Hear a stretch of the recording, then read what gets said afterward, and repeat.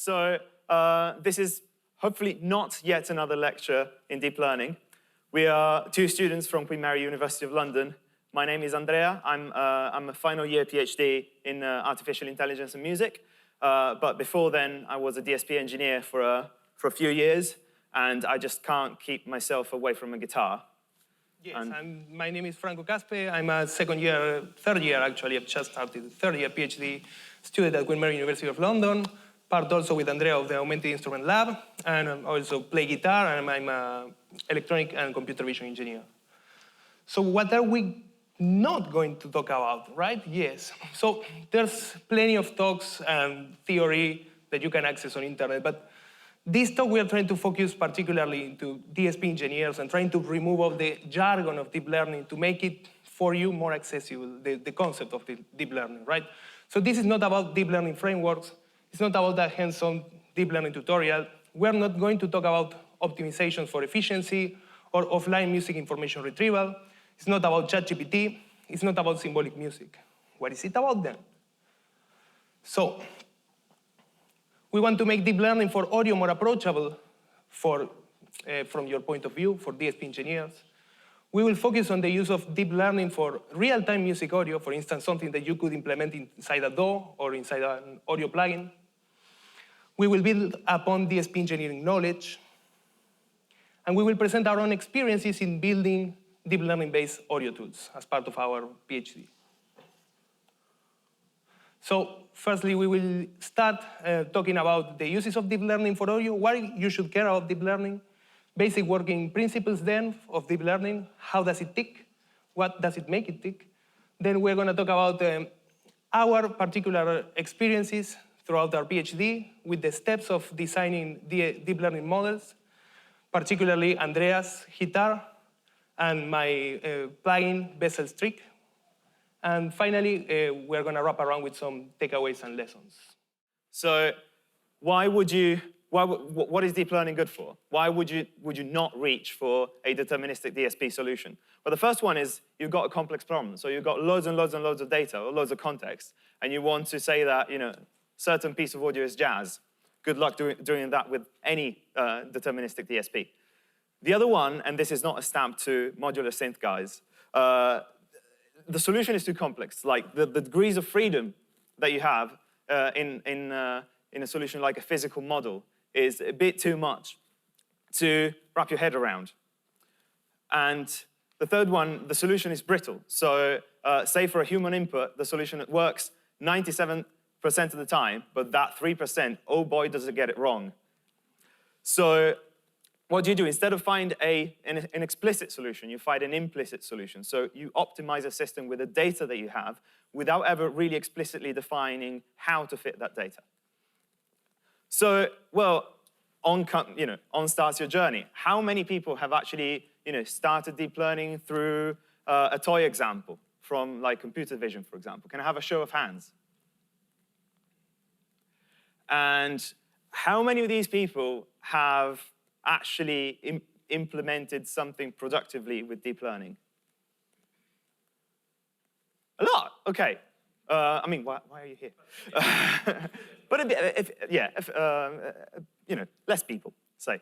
So what's the bridge between those two things? Well, it turns out, firstly, it turns out that most oftentimes the road is really, really hard, or at least I found it really, really hard. And unfortunately, the only bridge that we found is research papers. So on you go to a 4-year PhD. But how can you make sense out of that? Because, I mean, you probably come out of a master's degree in DSP engineering, so you know your DSP engineering. Well, I mean, let's try and use our informed intuition as DSP engineers to make sense out of those papers and make sense out of deep learning. So we're going to walk with you through our project and experiences, kind of like rethinking about our process. And we're going to recall how we use our own DSP background to navigate the complexities of deep learning. So we will present my project, Bessel Tricks, which is a BST for tone transformation. What it does actually is it learns to control an FM synthesizer from a musical instrument input, which happens to be in the audio domain. So that's one particular application of the concept of tone transfer, where what we're trying to do is like we're trying to capture some performance from a musical instrument and trying to project that performance into the timbral space of a different instrument. So my project is HITar. It's an augmented acoustic guitar that captures percussive techniques. That imagine percussive fingerstyle. If you don't know what percussive fingerstyle is, head over to YouTube, listen to Andy McKee. You're in for a treat. There's so many people, the Khaki King, so many people doing really, really good things with it. So it's all about expressive gesture representations. And that's a classic example of brittle or complex deterministic solutions. How do you know what musicians mean when they play such complex and nuanced techniques? So we're going to give you like Deep Learning 101 so that we're all on the same page. From the show of hands, you probably know all of this already. But we're going to give you like the most qualitative and quickest overview of what deep learning is all about. So you start from the data. The data provides you an input, so a set of features that describe the phenomenon that you want to explain, and then optionally also a ground truth. So how your model should react, but what your model should output based on that input. Your model, and that's kind of like where the deep term comes from, it's made out of several layers, or you can even think of them as stages, since we're talking about deep learning for DSP engineers. So it learns something that is complex in several layers, and it outputs a guess. And well, you can compare the guess to what the expected output is, and you can calculate the error. So in deep learning terms, a loss. That is an error signal that tells the model how it got it wrong. But I mean, that's not enough, because you don't need to know how much you got it wrong, but also the direction you got it wrong by. And this is where the core of deep learning is. You can calculate the derivative of that loss, and this is why you hear all about differentiable this, differentiable that, because the loss has to be differentiable, so that the model knows not only how much it got it wrong by, but the direction in which it got it wrong. And so this loss function eventually is going to be convex. That means that it's going to have a minimum. And if you know how much you got it wrong and in which direction you got it wrong by, you can construct a vector that guides you down to a minimum that hopefully is going to be the optimal solution for your problem. So the tasks that we're going to be talking about, which are really, really common tasks in real-time audio. So say that you want to do transcription. So you have or discrete gesture mapping. So you have a number of labels, number of classes that you want your model to reconduct your input to. That's classification. So it's an alignment to a particular taxonomy.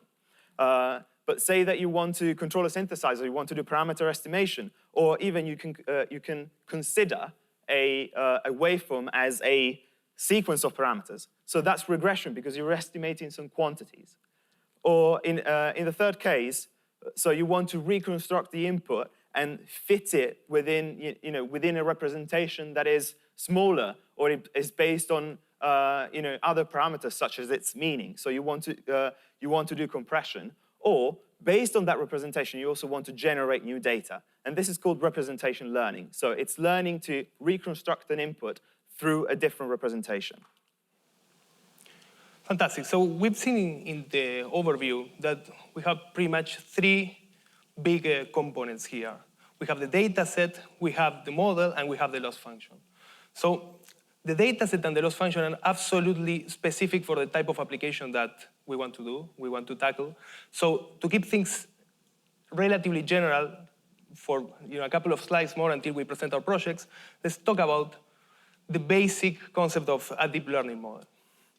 So the building blocks of a deep learning model is a basic matrix vector multiplication that happens with, as we see in the screen, we have a vector input x that we multiply by a weight matrix, and then the result we sometimes add it to like an independent parameter that is called bias, and that we get a result p.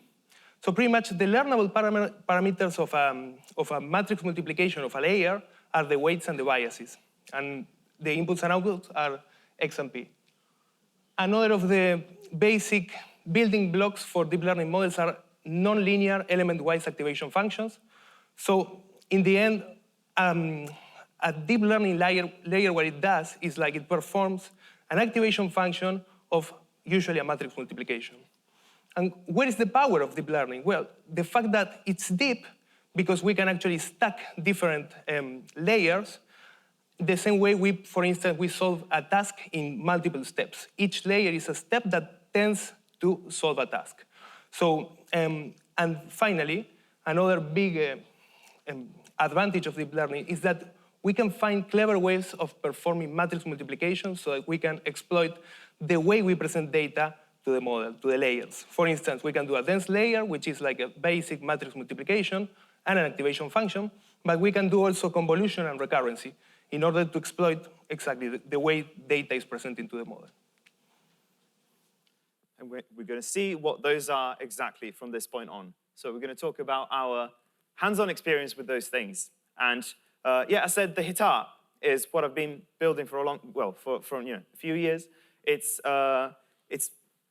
basically a way for me to control external synthesizers, me or percussive fingerstyle players, or anyone who wants to try guitar percussion, to try and control different synthesis engines, sample packs, or even physical modeling synthesis. And its pipeline starts with event detection. Then it's got something, and you want to control the parameters of a synthesis engine. So what's in the middle? Well, it's rich and meaningful representation of the musical information that I'm producing. Well, this is a classic, classic example task for deep learning because musical information in this case is messy and based on meaning. So let's start using deep learning for that. So where did I start? Well, I had to start from somewhere, so I looked at literature about the representation of musical or artistic gestural language with a deep learning model. The first thing that I reached for is deep learning automatic drum transcription with relatively small and relatively small networks that I could run in real time. 2 really good papers from Izmir, and then semantic description of musical gestures and dance, and the stress is on semantic, so based on the meaning of them, which is a paper that came out in NIME in 2021. And so what do I want to do? So what is the deep learning task that I want to perform? Well, I have a language because there's a taxonomy of percussive playing, like the idiomatic gestures of percussive guitar players. I put them all together in a taxonomy, so I can either hit or scrape the guitar with several parts of my hand, the heel, the thumb, the fingers, all the nails, at 5 different points in my guitar. The sound hole, up about, low about, upper side, lower side. So this is a classification task. But we talked about nuance, we talked about messiness, and also the conveying meaning. So represent the sound events uniquely based on what they mean. So without really dumbing them down to a category. That is a representation learning task. So I actually need to do both at the same time, which is a lot to ask to a network that has to run in real time. So I had to simplify it. I took the classification, I said, what's most important? Well, it's probably the part of my hand because I can shape the sound depending on how I strike the guitar. And there's more to it. I can simplify it further because if I go down with a heel, I'm going to get a very deep sound, and that's commonly associated to like a bass drum sound. And if I go down with any other part of my hand, I get more like a snare sound or accent. So I can probably dumb the classification down to two categories. But then in comes the big elephant in the room, which is the data. Well, who has ever collected a data set on percussive fingerstyle guitar? Obviously, no one in their right mind. So making good data was the first, the longest, and the most expensive part of my project. And essentially, what I learned is that the best way to get around collecting a data set is you want high variance. So you want to describe your phenomenon in the broadest way possible. Many people, many instruments. I did neither of those things because they're very expensive. But also realistic setting. Don't cut corners and use a synthesizer because otherwise the network is going to learn how to predict what the synthesizer does. And it's going to fall apart when you've got real-world examples. And the other thing is no confounding factors, which means that if you record everything with 50-cycle hum, then as soon as that 50-cycle hum is not there anymore, well, the network may break. Also, make detailed labels early on. So you see that I put as much effort as possible into making a taxonomy of percussive playing that is as complete as possible. That will help you, if you change course during your training, make a better model without going back to the drawing board and reacquiring more data. Thank you, Justin Frankel, and thank you, Reaper, for existing, because it can be scripted via ReaScript. And also shout out to the project at ReaPy, which is basically the API of ReaScript in Python, because they really, really helped me save loads of time here. So the other big problem is real-time constraints, which is what we're all here for. So real-time in the HCI sense, so between the action, the time I hit the guitar, and the response, the time the synthesizer responds back to me, I need to perform both acquisition and processing in 10 milliseconds. This is what the literature tells me. Look, if it's 2096, probably the processing would take very little. So what's the actual bottleneck here? It's the acquisition. It's the context that the neural network is going to have. It's what it's going to see. And this is my first strong, hard real-time requirement. I only have 10 milliseconds of context between action and response. So I start from here.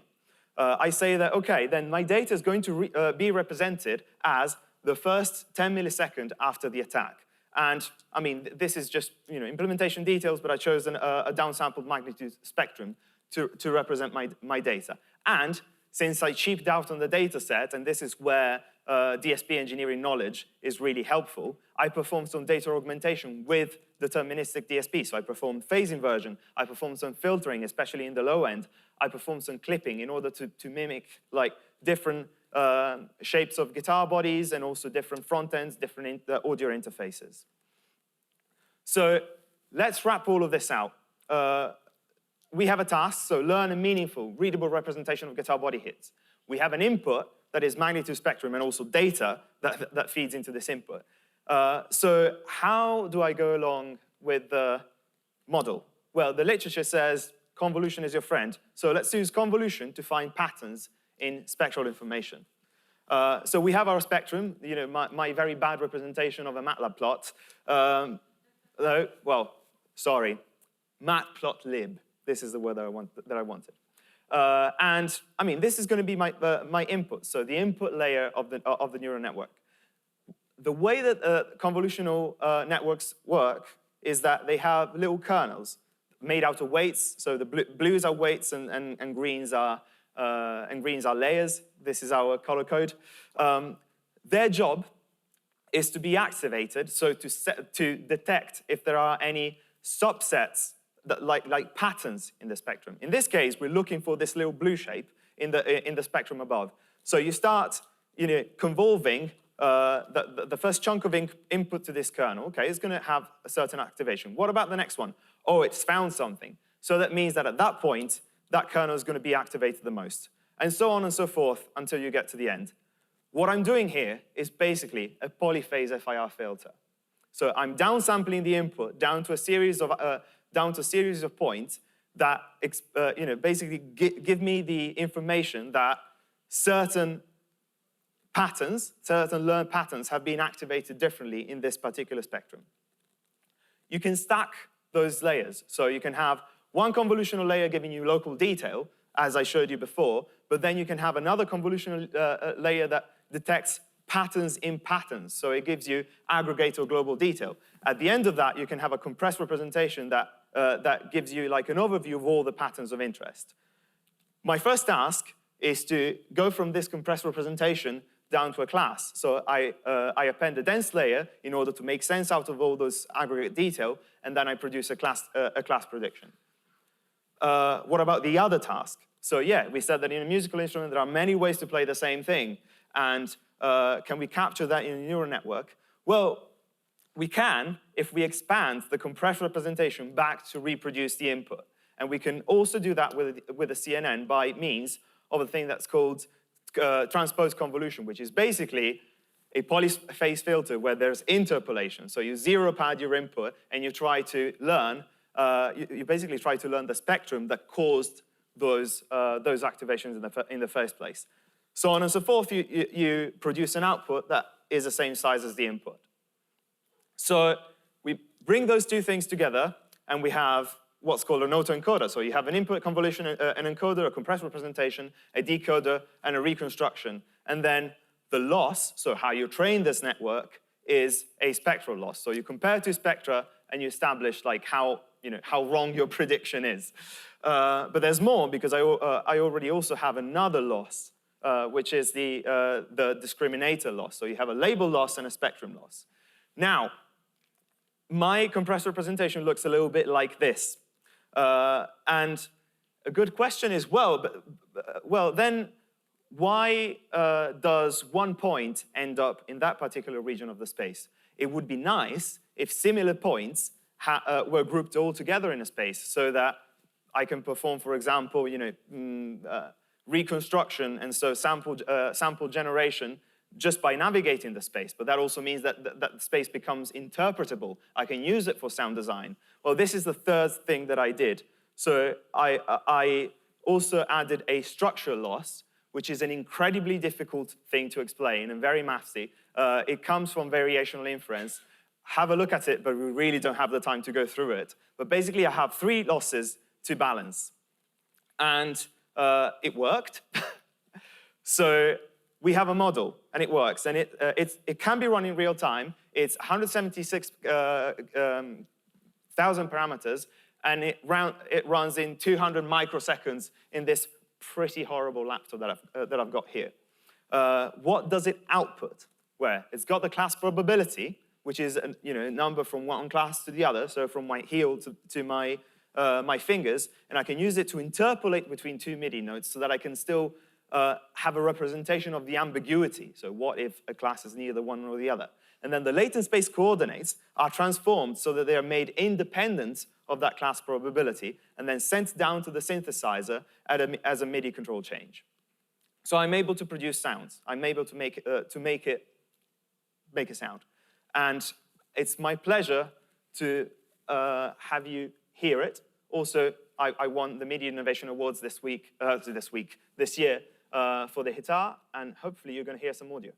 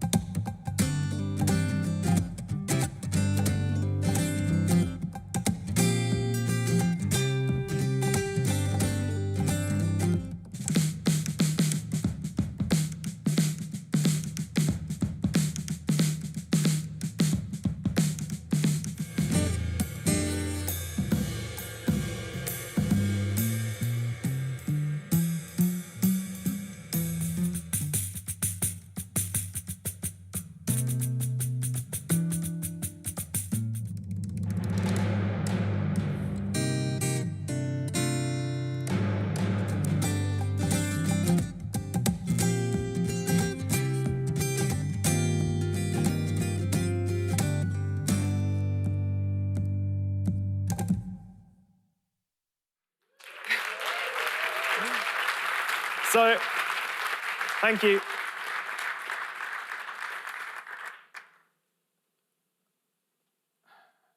Come on, no. Go to the next one. There you go.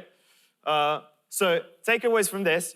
Good data is fundamental. I know we as DSP engineers go straight into the algorithm, but unfortunately, if you want to deal with deep learning, get yourself really, really good data and think long and hard about your data set.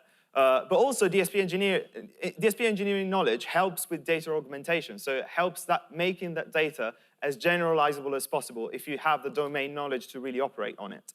And also, real-time is a constraint, not an optimization. It has to come really, really early in the development of your deep learning model.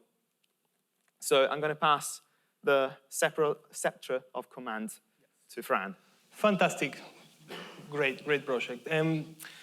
I'm going to talk now about my project, which is like, as I was saying, this plugin that performs tone transformation. In this case, it's called Bessel Trick.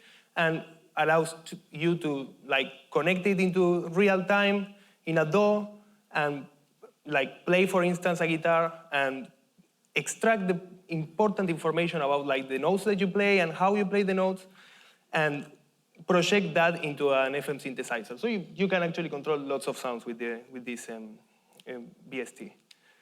So this is a particular case then of tone transfer, which is an application of deep learning that actually allows you to run an audio input through a model and extract the important performance information while separating the timbral information and projecting that performance information in the input into an output that actually has another timbral quality. For instance, a trumpet into a violin.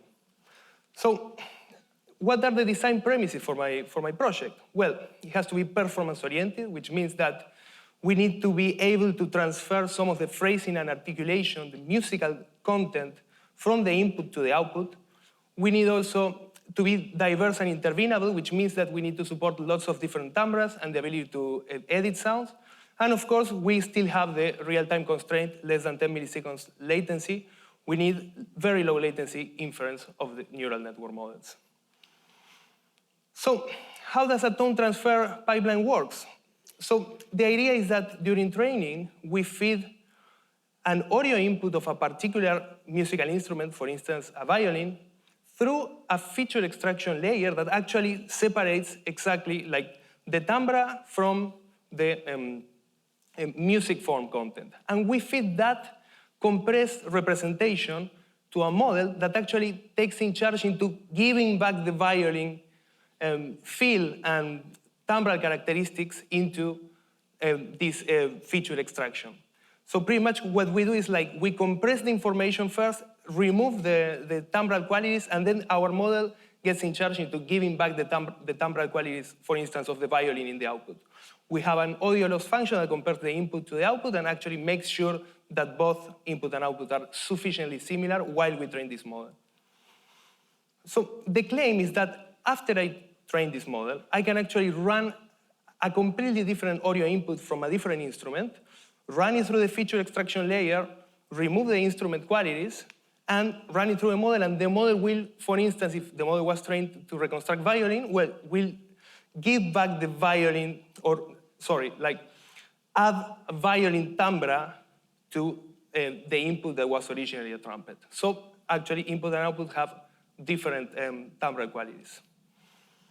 So when I started my PhD, a little bit more than 2 years ago, we had this big reference model developed by Google Magenta, which is called the DSP decoder, and I will very briefly explain right now.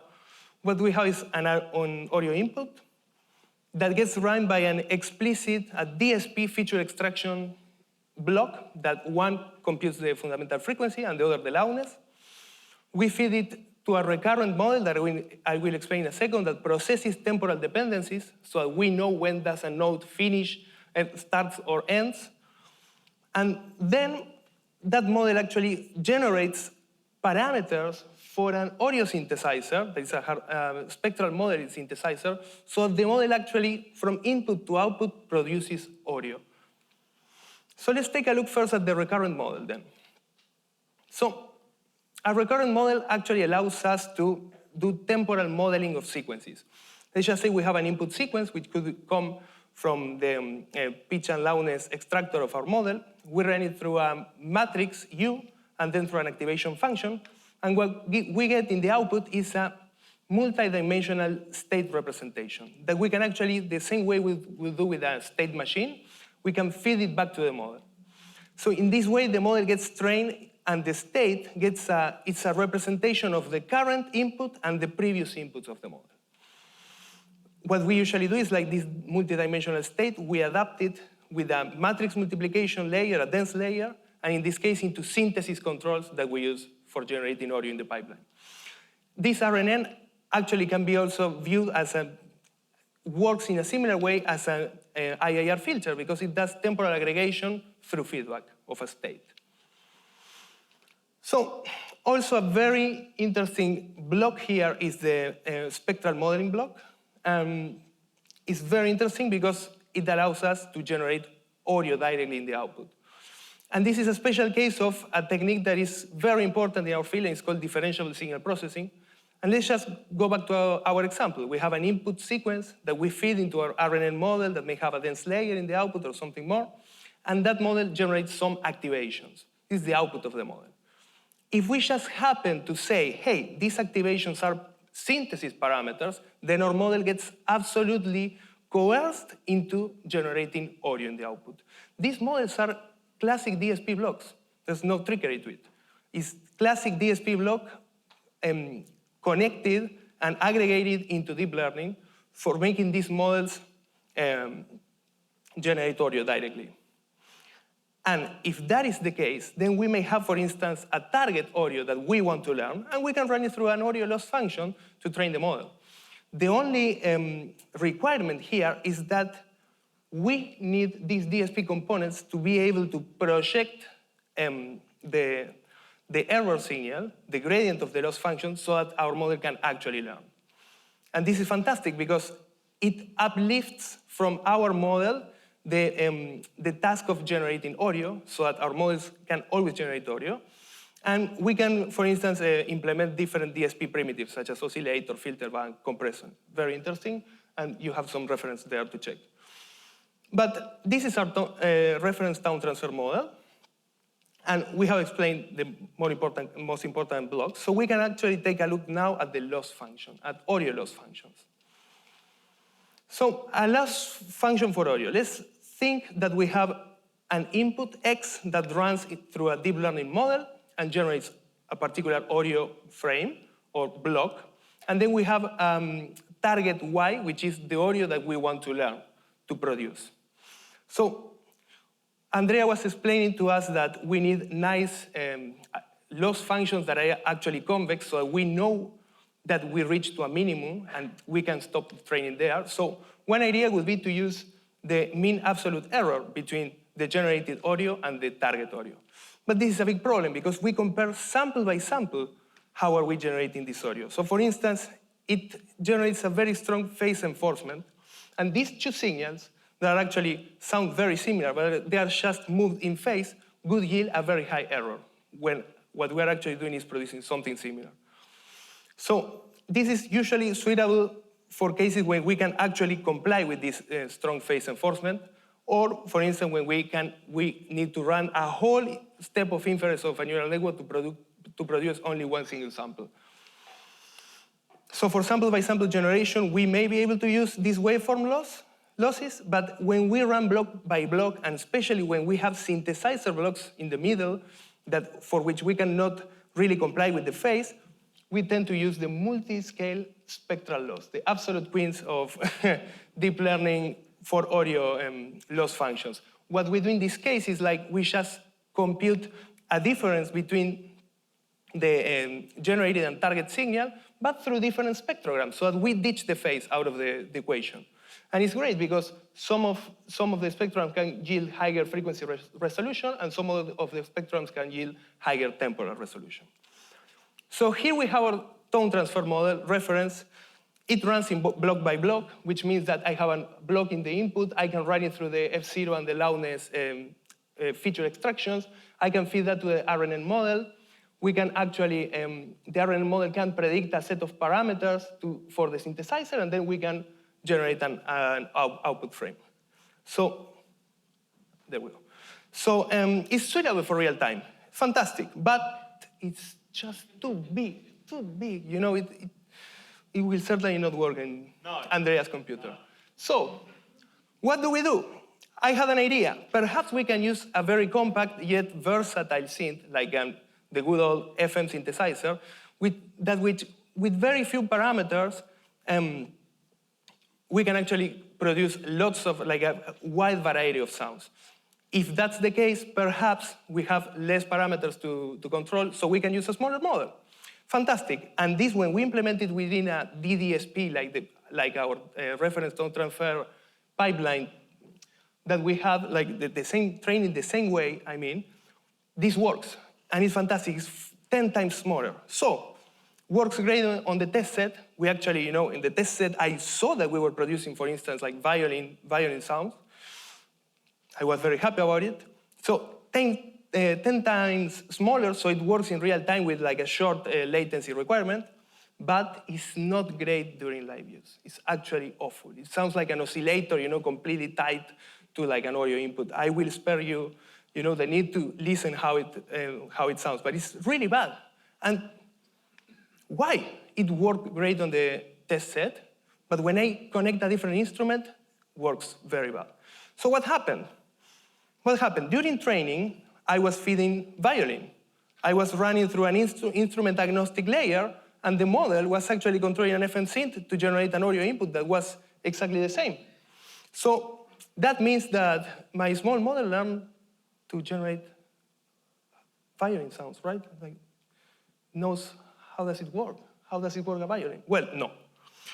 What happened actually is that the model was working as a loudness inverter. It was absolutely paying attention to the loudness input that I had collapsed using the feature extraction layer, and it was actually learning to invert that into the output, which means that input and outputs are loudness bound. That's why it was working well on the test set, but not during live use. If I happen to change it by a guitar, then it's a problem because it stops sounding like a violin. It has the same loudness contour. The input and the output have the same loudness contour. And also we had a problem with the audio loss too. The FM synthesizer could not fit very well a wide variety of sounds because the loss and the FM synth actually didn't match very well together, so it was very difficult to optimize. So it would be great if I could skip the synth during training. So actually I could forget about the synthesizer part and predict directly the parameters that should be interesting for producing audio. And that's exactly what I did here. On another work, I generated a set of generic excitation signals that I ran through a very lightweight RNN, and the RNN predicts some FM parameters. And I extracted the oscillator envelopes of different DX7 patches, and I trained them using regression loss.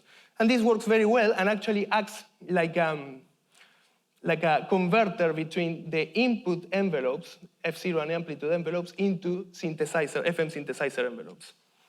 And it's absolutely small and it works well. So this is finally the end product. Like what I can do after I train the model is I can put back the FM synthesizer into the pipeline and generate a tone transfer model that actually works better. See if it, yeah.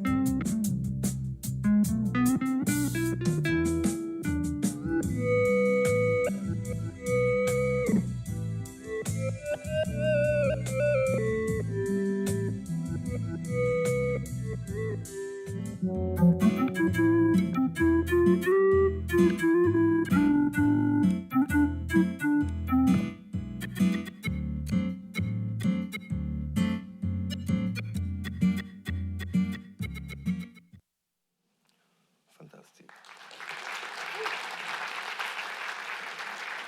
Thank you. Thank you so much. So some takeaways, some learn takeaways here. So always have multiple loss functions at hand. What worked well for my reference design didn't work well in the end for my particular application. So also DSP primitives, such as these differentiable synthesizers, can help simplify the network architecture. That was fantastic because we can use very small neural networks with DSP primitives so that the neural networks don't have to learn from scratch how to process or synthesize sound. Think also what it is explicitly and implicitly learning the model. I was explicitly producing loudness and pitch signals that the model was implicitly inverting, and I didn't know about that. I thought, it had somehow learned a beautiful violin model. So some final remarks now. Yeah, let's be quick so that we have some time for questions. So, well, hopefully we've showed you that there's a strong DSP intuition behind deep learning for audio. So use your informed intuition to understand the principles of how a model works and also to troubleshoot it.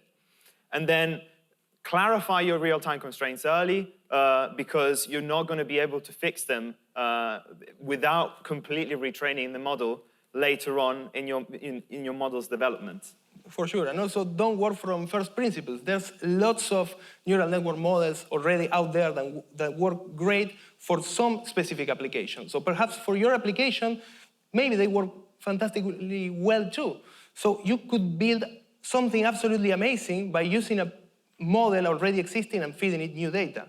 And finally, be data-driven, right? Like, don't only think about what data do you feed the model, but also think about how the data is treated before you feed it the model. This is very important because it will condition and focus the design of the model and the training objective absolutely. So yeah, those are very important things. By the way, so we are part of a laboratory at both Queen Mary and Imperial College called the Augmented Instruments Lab. They're recruiting 1 or 2 PhD positions and a postdoc position. So if you're interested in what we do and you would like a new challenge, please check out the Instruments Lab at instrumentslab.org. And we really thank you for your attention. If you want to have a chat with us for advice or consulting, here are our contacts on X, unless you use Wayland, and LinkedIn.